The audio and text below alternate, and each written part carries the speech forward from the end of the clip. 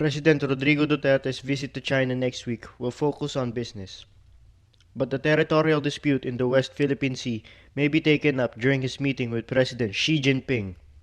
Philippine Foreign Affairs spokesperson Charles Jose said on Friday, The fact that we are bringing a lot of our business people to China, that's a very clear signal of the direction that we are taking in terms of carrying out our bilateral relations with China now. So we can now see by this the importance that we are giving to our trade and commercial ties with. about 400 Philippine businessmen are expected to join Duterte's delegation, including the chief executives of the country's biggest corporations. The bilateral relations between the Philippines and China are very expansive, so we expect that all areas of interest will be expected to be discussed, including the South China Sea. Well, I don't know how things will emerge, no? But well, I would imagine this will be taken up during the meeting of the president with President Xi Jinping.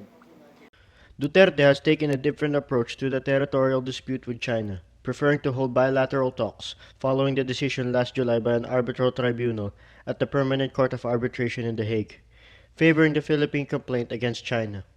China has refused to recognize the ruling and has continued to build artificial islands in the disputed area. In his early pronouncements, Duterte has said that any discussion with China regarding the West Philippine Sea would be within the four corners of a tribunal award. Jose said Duterte and Xi are expected to issue a joint statement and witness the signing of a number of memoranda of understanding and agreement between the two countries after their bilateral meeting. He said the MOU and the MOA were still being finalized, but they will be on areas of economy and business.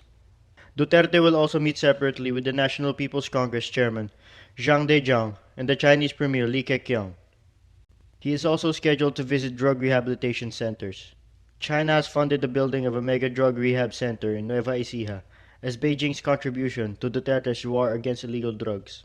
Well, that visit is still tentative, no? It's not final yet. But I think the purpose is to, for the president to see for himself, no, how China is also addressing this drug problem, and also the fact that China is also assisting us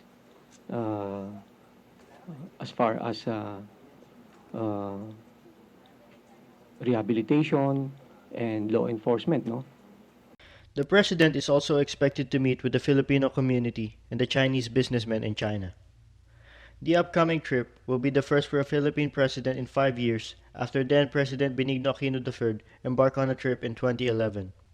With this visit by President Duterte, the Philippines hopes to strengthen the bilateral ties between the Philippines and China through mutual respect and sincere cooperation for the prosperity and benefit of both countries and their peoples. Before flying to Beijing, Duterte will visit Brunei Darussalam from October 16 to 18.